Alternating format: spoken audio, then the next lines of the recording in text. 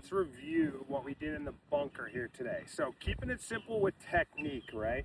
With our setup, we're just going to expose the bounce, okay, which basically just slightly opens the club face. We don't want to turn this thing into a 90-degree wedge. So slightly open the face, take your grip.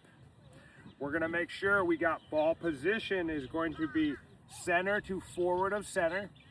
This is very similar to our chipping. Our weight's on our left, very similar to our chipping.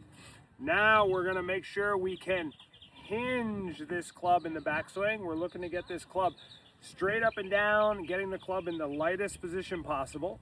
And then from here, we want to be working on our pivot and turning the body through to the finish. All right. So to avoid the body staying down and the arms wanting to pull in, we always want to kind of have this concept, this idea that our eyes keep following the club head as I get over to my finish. So if you're struggling with getting stuck, not letting the body turn and rotate, think of something like getting your eyes to follow that club head as you go through. Down here I've had 3 lines. We did a line drill. The 3 lines are, this is the line that the ball is going to be on. Back here I have a line where I want to try to enter the club in the sand behind the ball. And then we have an exit line where I'd like to see the club exit on the way through. So one of the drills we did here was get in, come down, we put a little sand on the face down here, and then we learned to turn and throw the sand out onto the green. Now when I come in, I'm going to make a few swings where I hit the club down and then I evaluate.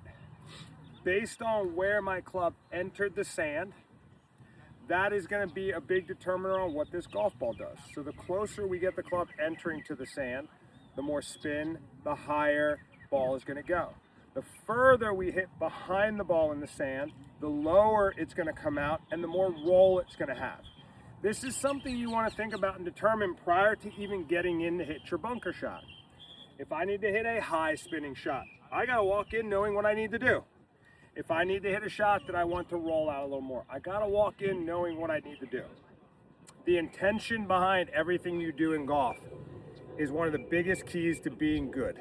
If the intention is 100%, meaning I walk into the shot, I'm talking to myself confidently in this is what I'm going to do to make this result happen, then the actual action only has to be around 50 to 60% of you doing it correctly.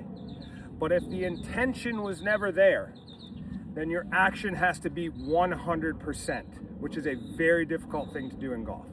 So always make sure the thing you're most in control over is your intention, the way you're looking at the shot. I'm going to walk into this bunker shot. I'm going to hit about an inch behind it. I'm looking at where I want to go, and then I'm going to make a swing.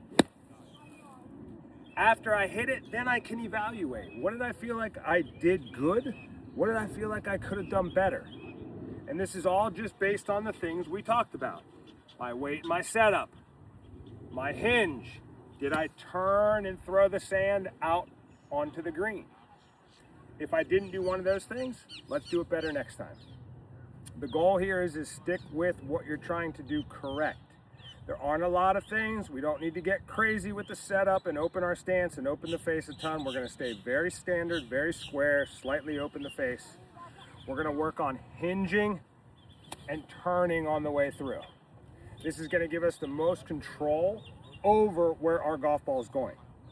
We're going to switch clubs. Switching clubs from a base swing is going to help you control distance.